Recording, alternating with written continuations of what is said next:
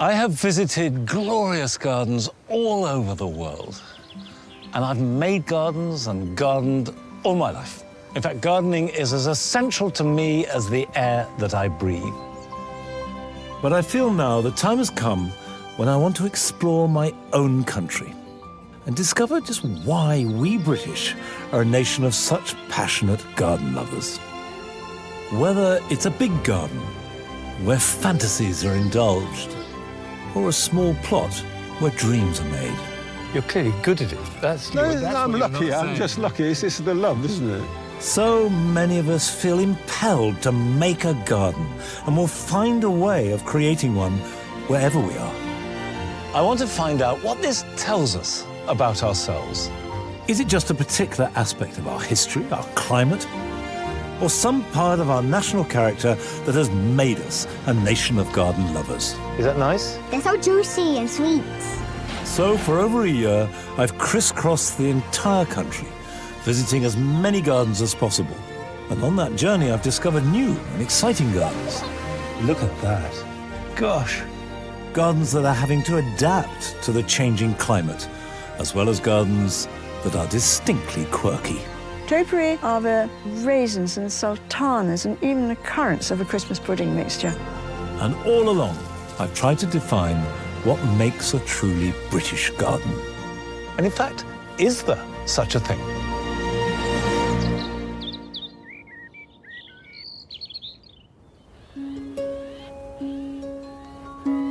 This is Snowdonia in North Wales. And I'm here because on this journey, I am travelling right across the middle of Britain, and I confess it's a slightly eccentric route, zigzagging as I go, but I will be covering a whole range of gardens. This is my third of 5 journeys I'm making right across Britain, starting from the northwest of Scotland and travelling all the way down to the tip of Cornwall. I'm starting in the rugged scenery of North Wales, then working my way through the Midlands and ending up in the very different landscape of East Anglia and the Norfolk coast.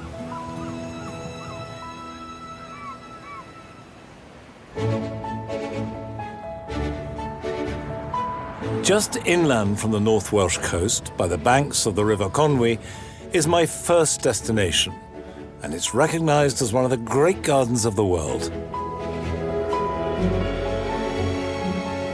This is Bodnant. It was created in the 19th century by Henry Pochin, a chemist who had made his fortune manufacturing soap.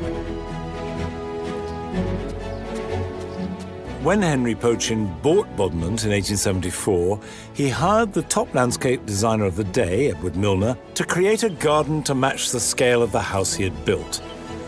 So, with no expense spared, the existing parkland was transformed into 80 acres of dramatically landscaped and woodland gardens.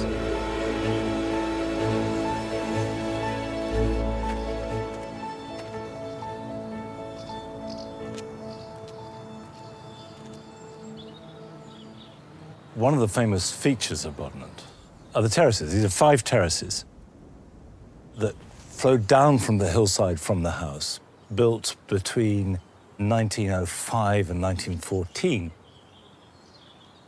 And the top terrace is a rose garden. So the roses are planted in a style of gardening which was much looser, much less formal, and very influential when Bodnant was being created.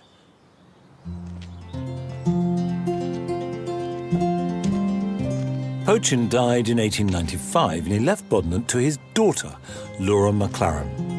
She then gave her son, Henry Maclaren, free rein and almost unlimited resources to create these huge terraces, whilst he was only in his early 20s.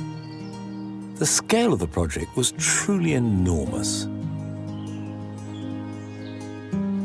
I find it just staggering to think that these terraces were dug out by hand. With people literally just with a spade, a shovel, and a wheelbarrow. is beyond any kind of modern conception. And they're not just narrow terraces. This is a croquet lawn. You've got a large lily pond there. There's another one down below. No wonder it took 100 men nearly 10 years.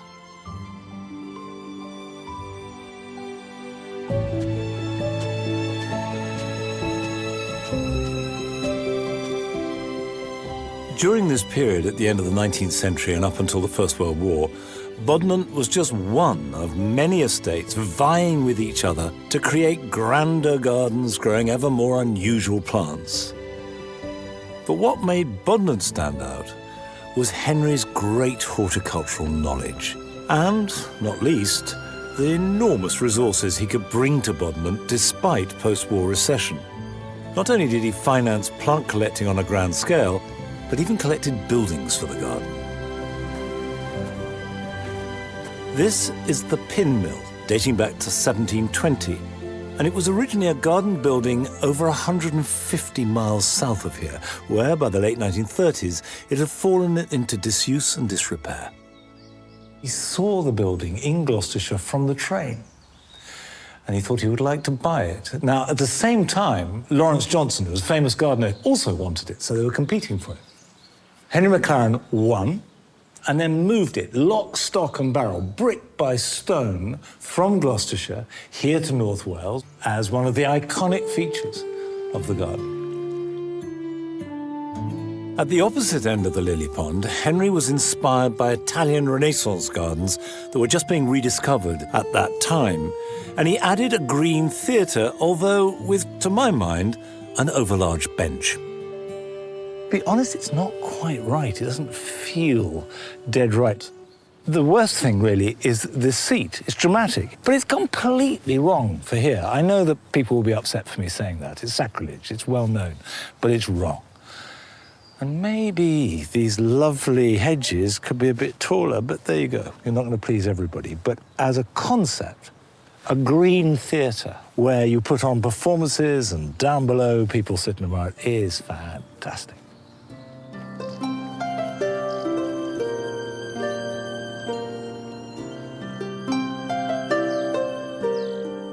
Bodnant has remained one of the iconic early 20th century British gardens. And when the garden was built, Britain's empire spanned the globe, and we were eagerly collecting plants from wherever our famously intrepid plant hunters could go. As a result, Henry McLaren was able to merge an eclectic mix, ranging from Italianate terraces with ancient statues to a bathing pool lined with tropical plants to magnificent woodland. And the result was a truly astonishing garden. And then, having done all that, he gave it away.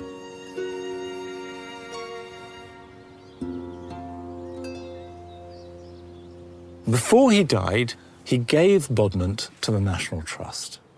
Not because he was trying to avoid death duties, they had lots of money, but as a symbolic act, almost, to encourage the Trust to value gardens in their own right. Now, this is something we take for granted, but it began with his action here at Bodnant. And in doing so, made them accessible to visitors from all walks of life to enjoy and draw inspiration from.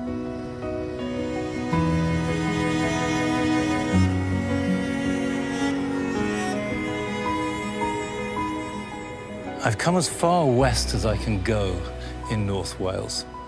And the Llyn Peninsula juts out, and behind me on the horizon are the peaks of Snowdonia.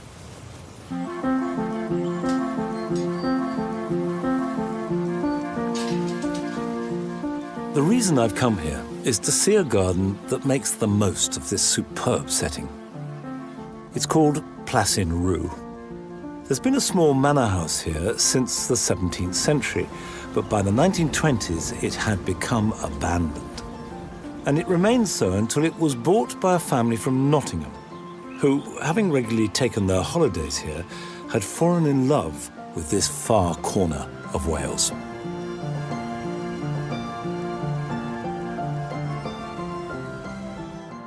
When the three Keating sisters and their widowed mother arrived here in 1939, they found a ruin. It was completely overgrown. Apparently the brambles were so bad that they had to climb in through a window to actually get into the house at all. But they restored the house and found that beneath the brambles and the weeds lay the traces of the original garden. So they set about reviving it. In front of the house, the sisters created a small formal garden terraced into the hillside overlooking the bay, where box-edged borders are filled with a generous abundance of informal planting.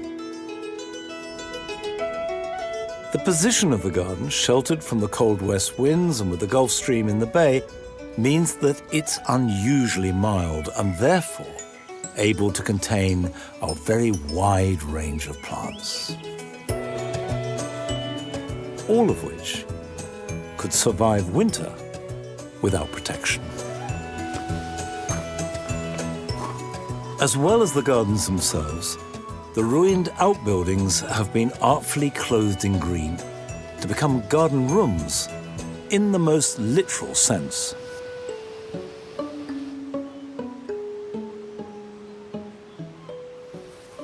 I'm really enjoying the way that this garden fits certain niches and expectations, and yet when you put the pieces together, it's really unusual.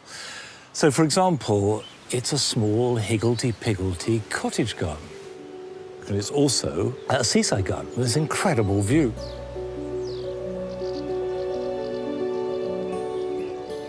And this is what I'm finding right across the country. People fall in love with somewhere. They love plants, they love gardening, and because they do it themselves, they then create gardens that are deeply personal and individual.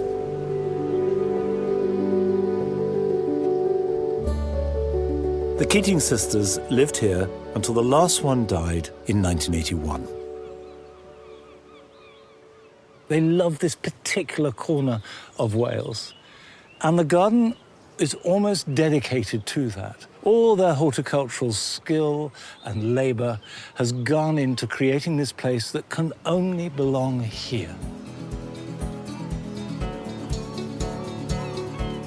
I'm now leaving Wales to continue my journey that will take me across the middle of England, from Shropshire, over the rolling hills of the Midlands, to the flatter, drier east. Among the gardens I've yet to visit are a dream garden in a Nottingham allotment.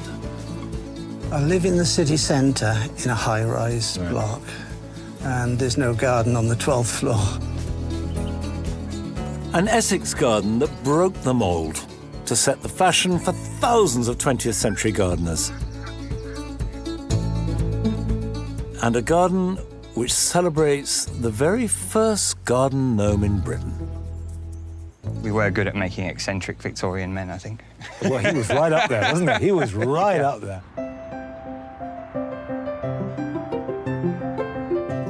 Having crossed the border into Shropshire, I'm going to start in England by visiting a private garden that I've long admired from photographs, but will now, at last, get to see for real. This is Woollerton Old Hall, a 16th century timber-framed manor house.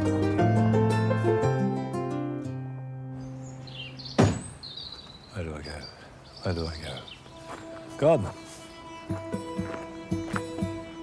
The front of the house and its planting are handsome.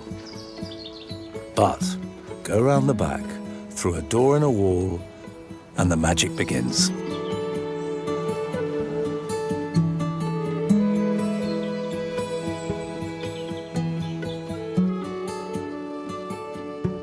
Pictures never give you the right impression of the space.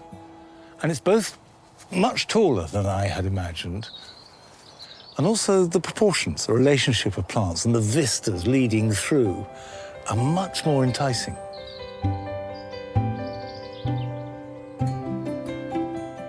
The garden is subdivided into 14 different areas over 4 acres, all bounded by immaculately clipped hedges and topiary.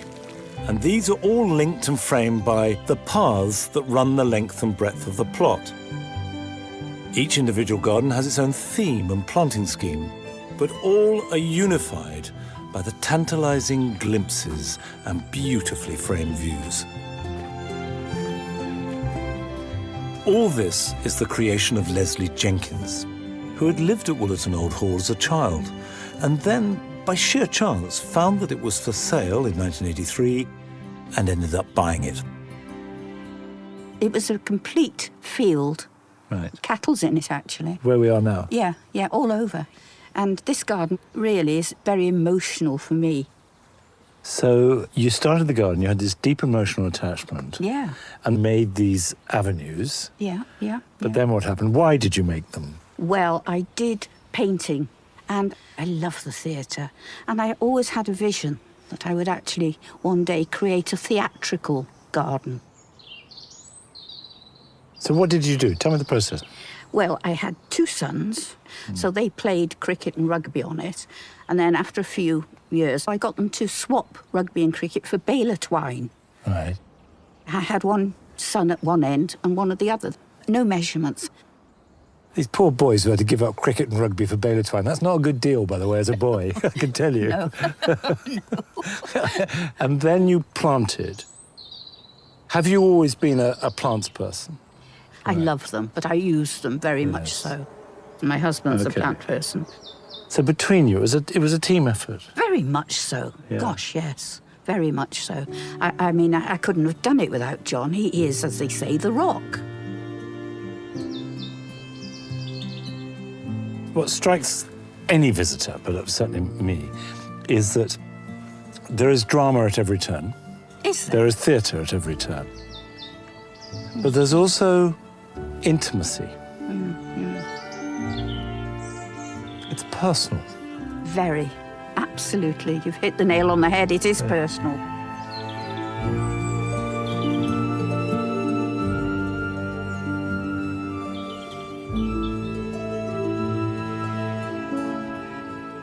British gardeners tend to assume that there will be a wide range of plants, particularly perennials, available. We take it for granted. But the truth is that's not the case in most countries. And it does give us the luxury of being able to create borders and mixtures of planting that are exceptional.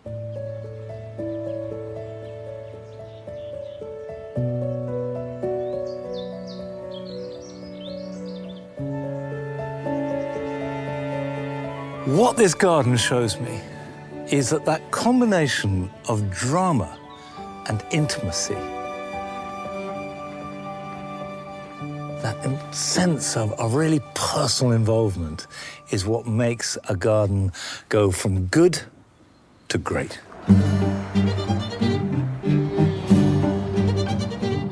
As I'm traveling around the country, I realize that throughout our history, we found ways of using gardens, not only as creative spaces, but also to fulfill our ambitions, and sometimes simply to show off. And in the next garden I'm going to visit, the owner took this to such an extreme that he bankrupted himself.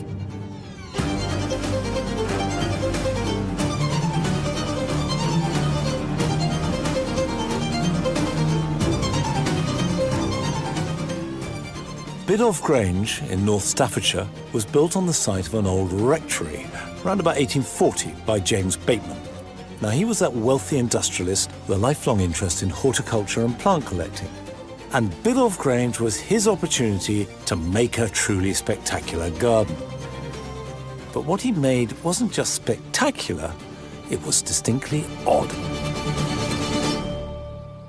James and his wife were passionate about plants, and the more exotic, the better. And he wanted to build a garden that would both house and display the plants that he was accruing. Now, so far, so normal for that period.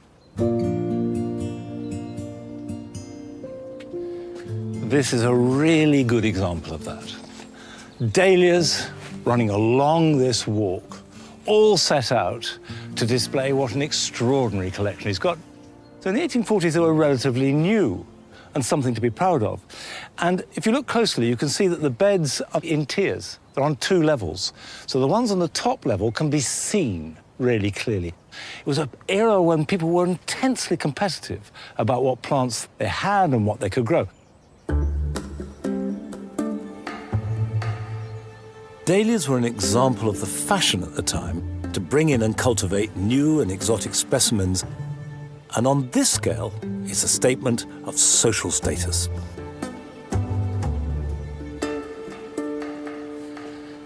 But now things start to get very strange.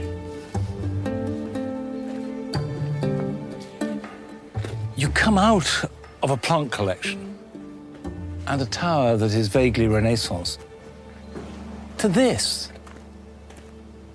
which is a stumpery. There's stumps of uprooted trees turned upside down and then built as a kind of a wooden Gothic wall. And suddenly you're in a much darker place. This isn't plant collecting, and this isn't horticulture. This is something else altogether. You come down here, and it's completely different, completely different. Standing here, in amongst the crumbling walls, which might be a kind of medieval city, suddenly you look out, and there's a Chinese pagoda.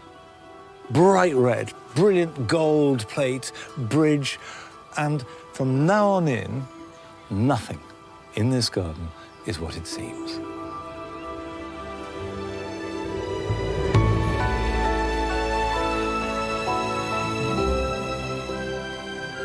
With limitless ambition and huge skill, as well as presumably huge amounts of money, Bateman created a surreal, dreamlike mindscape that represented different parts of the world and different periods of history.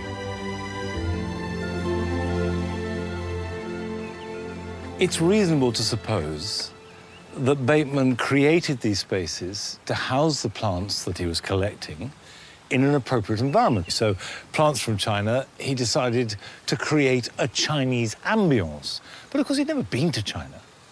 He'd only seen engravings and paintings of it. To the modern eye, you notice, it doesn't look anything like China. It's a weird mixture of Victorian bedding and sort of like a theme park of China.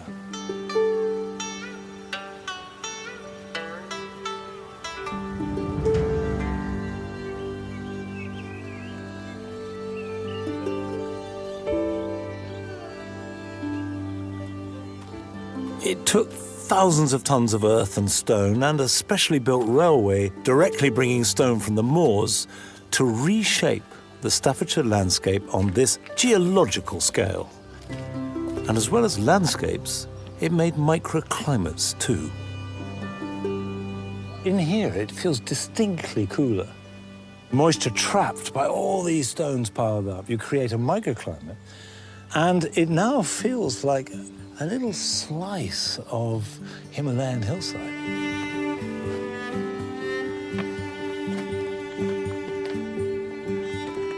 Once he got going, Bateman was on a fantasy roll.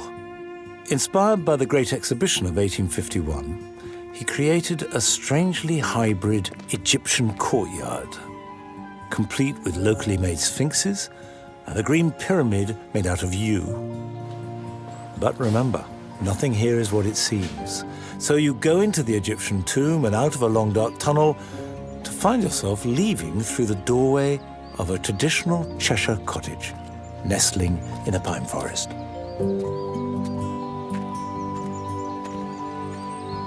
This visit has confirmed one thing for me, that it represents a period in British history which was probably unique, when you had brand new technology, seemingly huge sums of money, and above all, a vaulting belief in the possibilities of using these things. And I don't think it would be possible today. And actually, it didn't end well. Bateman did run out of money, and over the years, it fell into disarray. But now, thanks to some incredible restoration and some fabulous maintenance, we can all enjoy it in its full Victorian glory.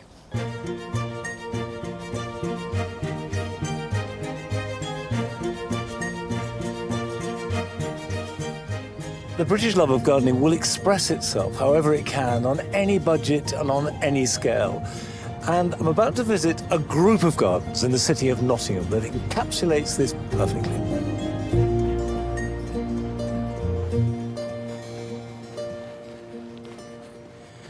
This is St Anne's allotments, and it's the oldest in the country.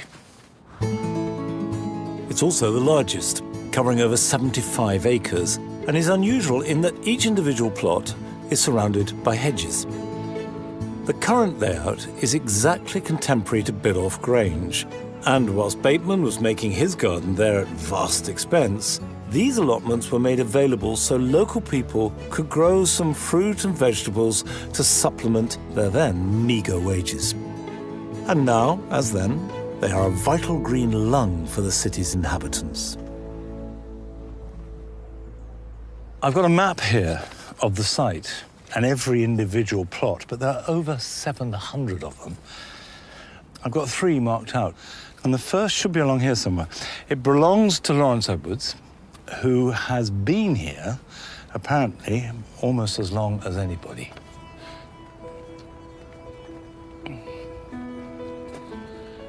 I think it's along here.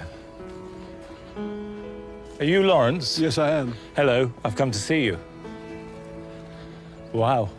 You don't do this all on your own, do you? Yes, I do. I'm very, It's very best when I'm on impressed. my I'm own. Monty. Nice to see Yes, you. I'm Monty. Nice to see you. Yeah. When did you take this plot over? Probably about 35 years ago. Oh, wow. And you've always grown vegetables in it, have you? Yeah, vegetables, a bit of flowers, a bit of borders and stuff like Right. that, yes. So your onions are drying. Yes, I just took them up this morning. Good pumpkins coming through. Yes, they're not doing bad. And you've got plenty of cabbage white butterflies in your cabbages. But they look, I mean, they're trophy, aren't they? Well, the thing is, if I give it to my friends, they always make a joke that it's too big. And how often are you down here? I probably spend about 4 or 5 hours a day here. Right. I just do enjoy gardening. You're clearly good at it. That's No, that's I'm what you're lucky. not I'm saying. just lucky. It's the love, isn't it? It's the love of what you're doing, isn't it? If you do it to the best of your ability. Do you think there is such a thing as the sort of archetypal British garden? I think there is, but I think you just create something for your own self, isn't it?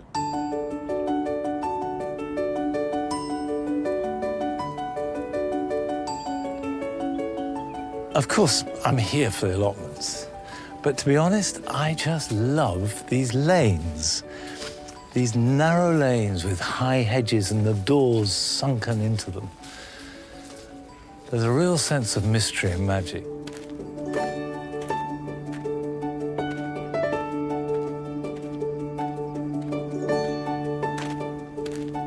There we are. This is it. At least I hope it's it. Hello. Hello.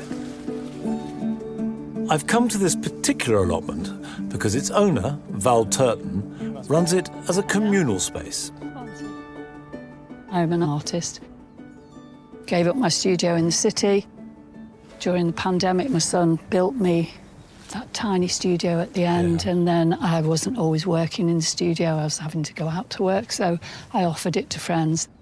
And then friends told their friends, and then so now there's a whole community of gardeners All based and here. artists.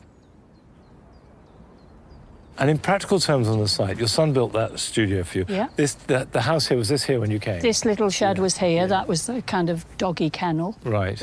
and I've made it into the heart of the plot, really. You enjoy that sharing person? Oh, yeah. Yeah. Otherwise, it would feel really decadent because it's a huge plot. Yeah. Lots of people want outdoor space.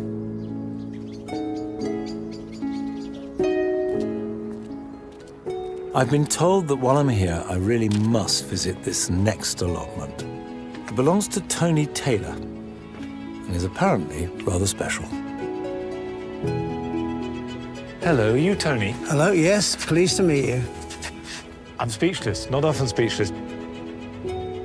Tony's plot looks like an utterly charming cottage garden, and as far from your average allotment as you might imagine. What was it like when you came? Quite a mess. Was it? Oh, yes. The building had collapsed. Yeah. Broken glass everywhere. And a clay slope, virtually, with no features. So all this is your work? Yes. Everything? Yes.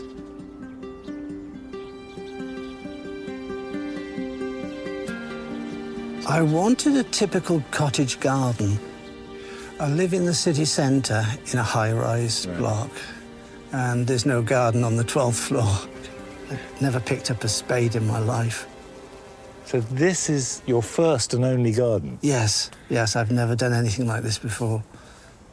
We made quite a few errors because of my inexperience, and gradually I wanted to add different colour and textures to the borders and give it a feel of wherever you are, there's always something round the corner that you can't see. And did you always have these high hedges around it? Yes, which they get cut down by a third once a year. I deliberately keep them high. I feel it's private, but also it sort of encloses the allotment into a special place. This feels like a sanctuary. And it's not just impressive, which it is, but in a strange way, it's also very moving because it's an act of faith that you can create a garden that nurtures you. I love the way that all of these allotments were so different and yet so personal.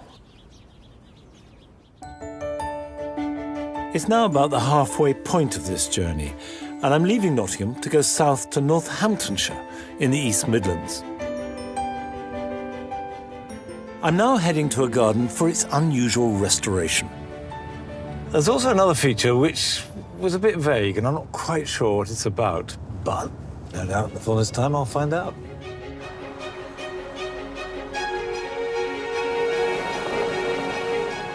This is Lamport Hall, which for 400 years was the home of the Isham family. It's set in 10 acres of park and gardens that have undergone a significant restoration program since the mid-20th century.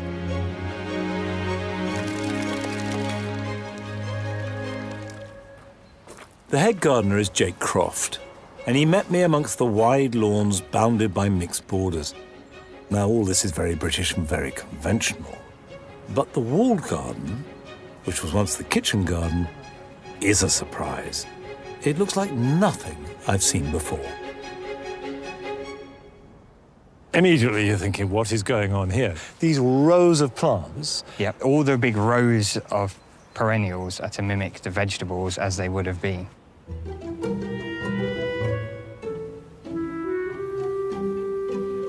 Cut flowers are often grown in rows to use as a crop. But this challenges our preconceptions of how decorative border flowers ought to be grown. These huge blocks of colour and texture use plants in an abstract, very controlled design. And it works. Do you know of any other garden on this scale where you grow so many plants in rows just for display? No, not outside of a commercial nursery or something, no, I don't. Nor do I. I mean, I think this must be unique. But then Lamport Hall has a history of the unexpected and unusual, exemplified by Sir Charles Isham, teetotaler, vegetarian, spiritualist, and keen gardener, who inherited the estate in the 1840s.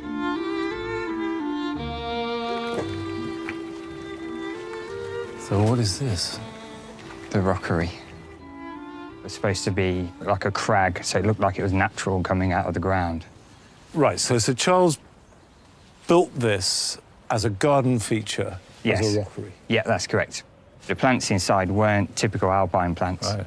It was more normal garden plants, dwarf conifers, pines, firs, cedars. And one of the main features was then that it was populated by gnomes. Garden gnomes? Garden gnomes.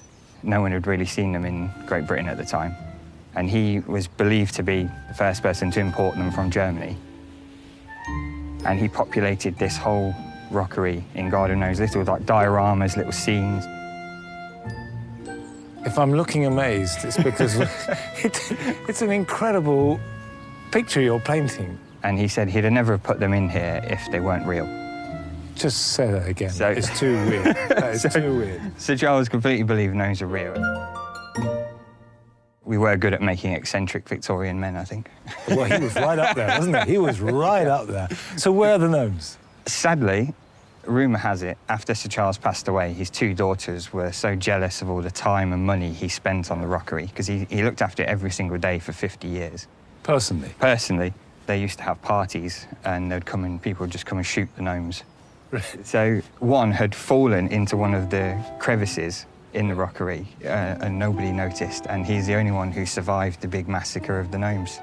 And we've still got him to this day, and now Really? he lives in the hall now in luxury accommodation. Can I see it? Yeah, of course, yeah. Brilliant.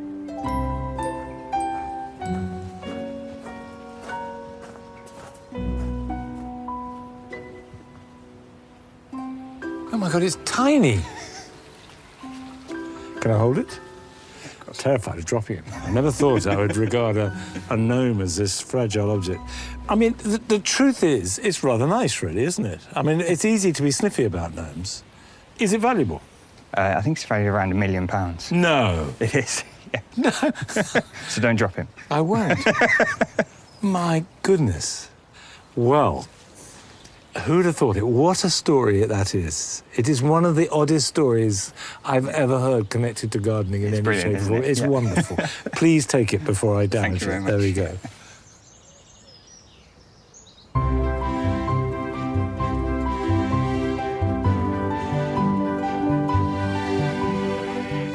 The next day brings a new dawn laden with memories. I've driven east to Cambridge. But many years ago, I was a student here at Magdalen College. And in those days, we had unfettered access to the famous backs and the many college gardens.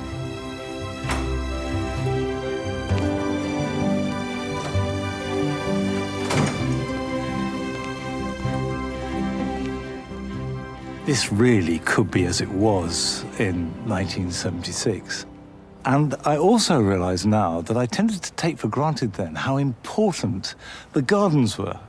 It certainly improved the quality of my life and everybody else involved in the university. But the project I've come to see here at Cambridge actually has nothing to do with the university. And it was away from the centre, down the busy cosmopolitan Mill Road, that shows a very different side of Cambridge.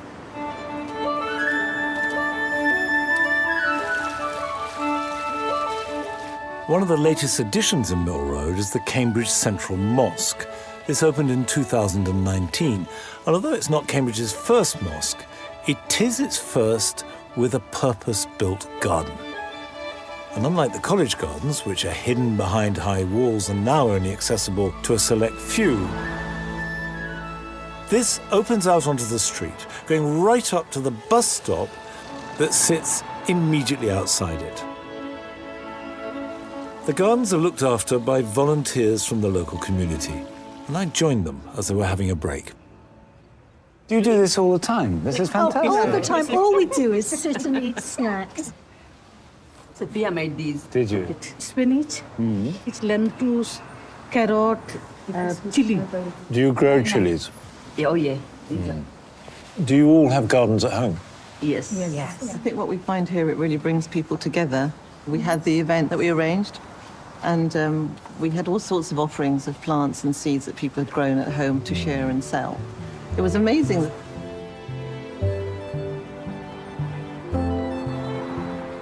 As well as the planting on the street, there is a formal, symmetrical garden in front of the building based upon the paradise gardens of the Quran. What is done exceptionally well here is using plants that we're all familiar with, that belong in 1,000 English gardens, like herbaceous perennials, like using crab apples rather than date palms. And of course, the building is the key to it, because the structure of it looks like a tree, and that connects it all together. Nabila Winter has been closely involved with the mosque since its inception. When we purchased the site, we had a meeting with local residents. They had questions for us. Will there be gardens? And can we come? And we were so happy with those, because we said, well, yes, yes, yes. because this is a very residential area. Yeah. And we love gardens. You have the gardens, and I think, you know, quite elaborate gardens on the street. How do you cope with that in terms of vandalism and maintenance? That's really our garden team, because they're here every Wednesday morning, looking after it, picking up the rubbish, weeding, cleaning. So we've been very aware of the fact that we need to look after what we have. It's revitalised this end of Mill Road. Yeah. It has exceeded all of our expectations. It's become a sort of tourist hotspot that come in the coach loads now, which we hadn't anticipated. Is that a good thing? It's a wonderful thing. It's what we want. And we hope it will continue, because gardens are a service. This is a charity, and it's there to give back to the community. I don't come back to Cambridge very often. And when I do, obviously I see changes, and usually I don't think they're for the better. But I think this is a fantastic development. It works really well, uniting the building and the garden and the street and the community. It's now time to move on, and I'm heading yet further east. And I'm now a long way east of my Welsh starting point, and on my way to Essex, and then up through Norfolk for 2 more gardens. My first stop is the dry coastal countryside of southern Essex. This is not an area I know terribly well, but the garden I'm going to, I do know, and it's one of 2 that, to my mind, are linked. And they've both had a real impact on not just the way that I garden, but millions of gardeners all over the country.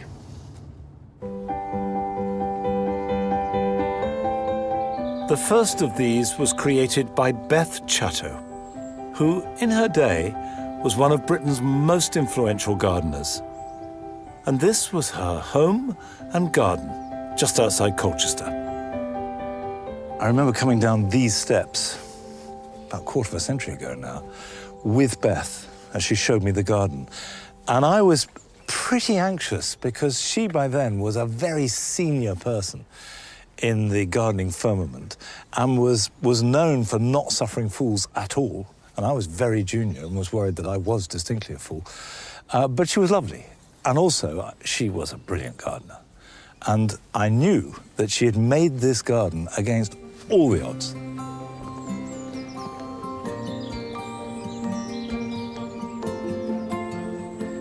The garden is organised in a series of 5 separate areas spread over the 7.5 acres, each with very different growing conditions.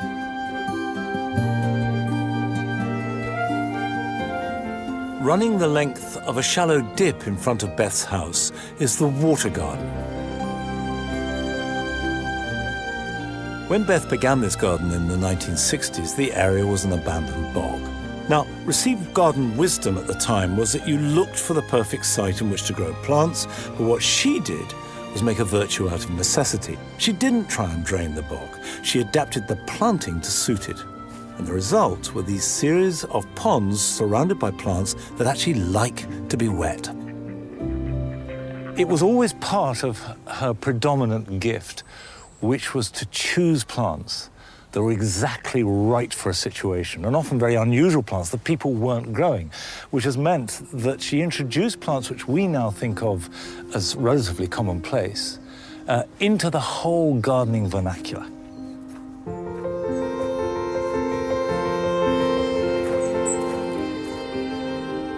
This is the dry or gravel garden, made in 1991. And she dug up the old car park, which was here, then planted into it through this layer of gravel, and then the plants have been left alone. Never watered, even though since then we've had some really hot summers, but they've not just survived, but thrived.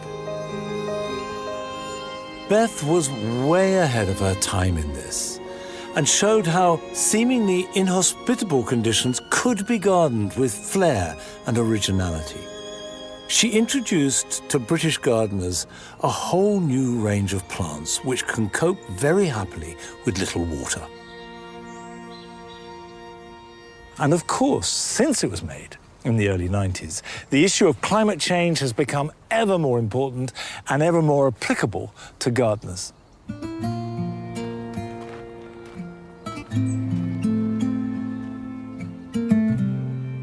Beth died in 2018, but her profound influence on the way that we garden lives on, and I'm certain will do so for years to come. I've often thought about the way that we take for granted that we are a nation of gardeners, that we love gardens, and that they're part of our culture and our domestic lives. And I think it's partly because we industrialized early, and therefore more people lived in towns, and so the absence of landscape was felt very keenly, and also the growing middle class. And they wanted their gardens to impress other people. They wanted to enjoy them. And people like Beth were meeting an audience that were hungry for advice and inspiration. And the next garden I want to go and see is another person who I guess now we would call an influencer. This is Foggy Bottom in Bressingham, 50 miles north of Beth's garden in Norfolk. It belongs to Adrian Bloom, who began the garden 60 years ago and has lived and gardened here ever since. Adrian belongs to a gardening dynasty that has run plant nurseries since the 1920s.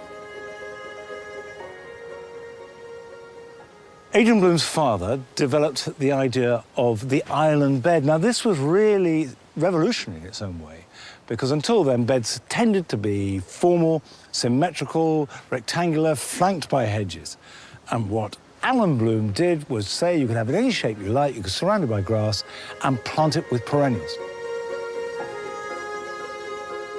But here at Foggy Bottom, next door to his father's garden, Adrian wanted to display not just perennials, but also the plants that he particularly loved, which were conifers and alpines.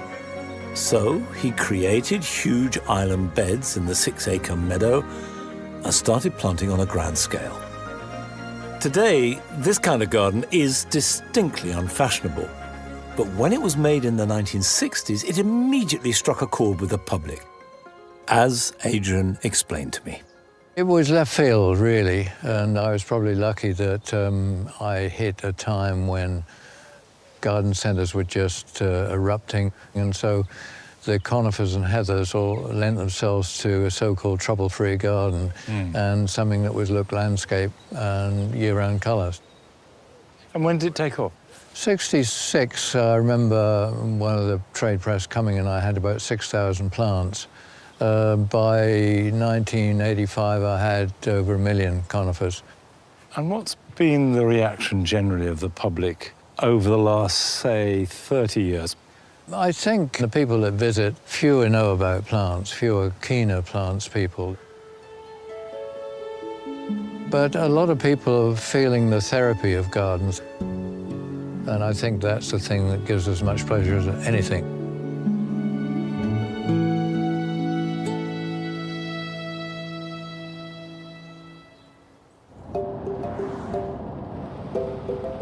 Norfolk is a big county, and I'm going from the border with Suffolk to my final garden in the very north.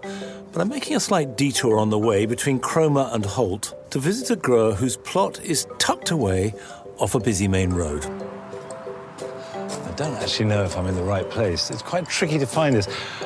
I'm looking for a cut flower grower, and I've been directed, I think, to this site, but it doesn't seem very likely. Oh, good start. Flowers.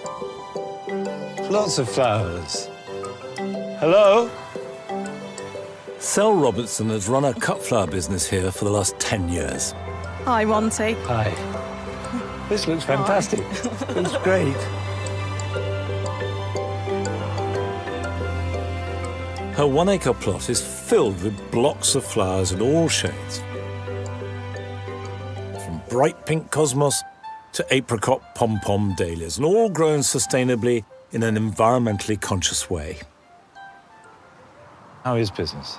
Business is blooming. 60% of our business is actually direct to local florists. and we supply people who want to come and buy cut flowers for their weddings.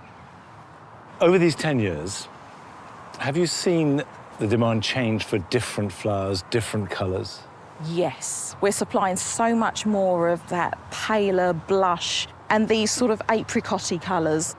And we're producing somewhere in the region of 180 to 200,000 stems every single year. You're not just growing. I mean, that in itself, as gardeners, we grow. You then have to harvest it all and pick it and pack it. It is a huge amount of work. The industrial scale of the cut flower industry is really, really damaging to our environment. And I mean, if we just think about what we can grow well and sustainably here in the UK, foliage, for instance, foliage can be produced 12 months of the year. But we all love flowers, and they provide a real connection to nature and the natural world. And they're part of all of our really significant life events: marriage, birth, death. However, this is a tough business.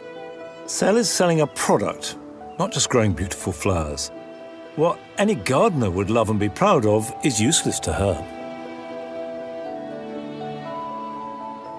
That's fit for the compost heap, because what she wants is something, perhaps that, and certainly that is not yet open, so will open out over the few days while she has to prepare it and take it to the florist, and last longer in the vase and be at its very peak after someone's bought it, not, as for most of us, in the garden. The really striking thing that comes through, apart from what enormous hard work it is to deliver cut flowers to people, is the environmental and carbon footprint that she's leaving behind her is so much smaller than commercially produced cut flowers.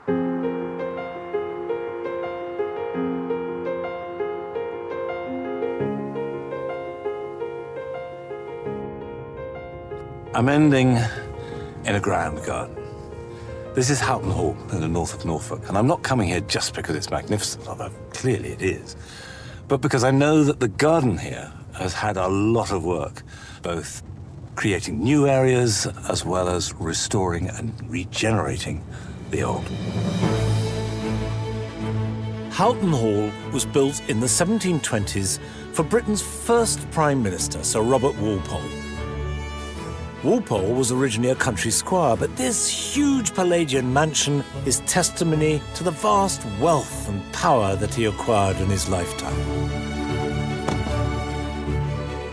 The house survived largely unchanged for nearly 300 years and has been restored to its full glory thanks to the extensive work carried out just after the First World War, masterminded by Sybil Cholmondeley. Sybil, wife of the 5th Marquess of Cholmondeley, was a famed society beauty and patron of the arts. But her restoration work didn't extend to the garden. But when her grandson David inherited the estate in 1990, he turned his attention to the grounds, and in particular, the walled garden. When you walk into the garden, the first thing that strikes you is that it's broken up and you can't see and that you don't quite know where to go. But actually, these very substantial yew hedges that divide it up are scalloped or they're crenellated or there are gaps and doorways. And through all this, you get glimpses. You're not quite sure what it is or where it's going to take you, but it's very tantalizing.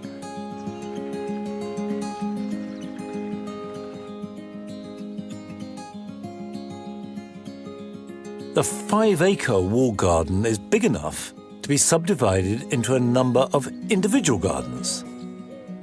So there is a formal rose garden, an Italian garden with pleached limes, a productive fruit and vegetable garden, a Mediterranean garden with clipped parterres, and a rustic classical temple incorporating the antlers of the white fallow deer that roam the park. The garden is now in its prime, a modern addition that sits comfortably within this very grand historic estate. One of the most striking features about it that I'm noticing are these long vistas, going right from one side to the other and bisecting it. And that, of course, reflects the immense vistas you have out in the park. And I don't know if that was a deliberate design feature or whether it's just subconsciously worked its way into the wall garden. Historically, the wall garden had never been ground at all. Apparently, Robert Walpole used it mostly for his hounds, and it was semi-abandoned when David, the Marquis of Cholmondeley, began the transformation in 1991. When I was looking for something to really, as a memorial to my grandmother, something she would have approved of, and that she'd always said she'd wished she'd been able to develop the garden. She had some fruit and vegetables and a few picking flowers. Yeah. But otherwise it was all fallow, just the central dividing hedge, but very little else. So David's work is not restoration, but part of the necessary reinvention that keeps houses and gardens alive. Although it has to be said, the house and estate lay sleeping for generations after Robert Walpole's death. His son and grandson hardly used it. It came to my family through marriage to one of Sir Robert's daughters, and the Cholmondeleys had their base in Cheshire, really. So it was always a white elephant. They were always trying to get rid of it. Luckily, things were preserved reasonably well. It certainly helped the house because nothing was sold or damaged in the house itself. So benign neglect, actually. Benign neglect has saved a lot of places.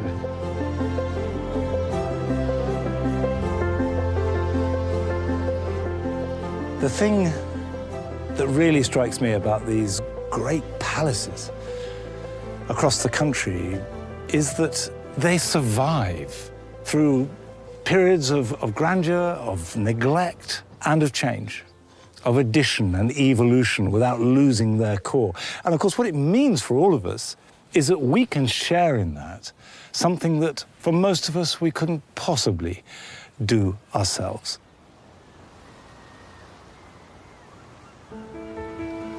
And now, finally, I have arrived at the coast at Holkham, in the very north of Norfolk, all the way across from the very northwest of Wales. This journey has been a real slice of British gardens. Going from the wall garden I've just been to in Houghton, the wall garden at Lamport, which is completely unlike anything I've seen, of course, with the gnome too, and allotments that are still used, still supplying that vital resource of privacy and nurturing plants, and the exquisite garden at Woollerton, which will remain with me for the rest of my life. It has shown that here in Britain, through the ages, we use our gardens to fulfill our intensely personal dreams and visions, big or small, even sometimes to the point of bankruptcy. And the next trip takes me south around London and the home counties. And on that journey, I'll see ingenious city gardens in the heart of London. I lived on that boat with my husband, and I said, I'm not a mariner, I'm a gardener. And a fantastical garden, completely lost under brambles and rediscovered by the Beatle, George Harrison. He had a machete and a flamethrower. He had such a sense of fun. Yeah. It's just an adventure.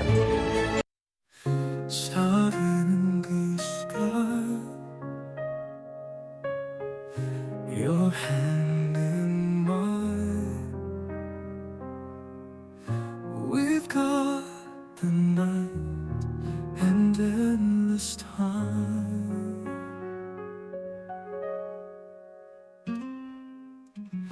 Whisper my name, soft gentle touch. My heart's aflame. Love you so much, and this love burning bright like the moon in the night. Endless love, you and me together. eternally.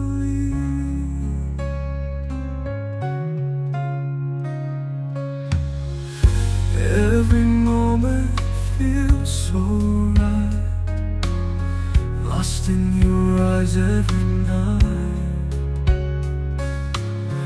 No need to speak, just hold me tight. In this endless love still alive.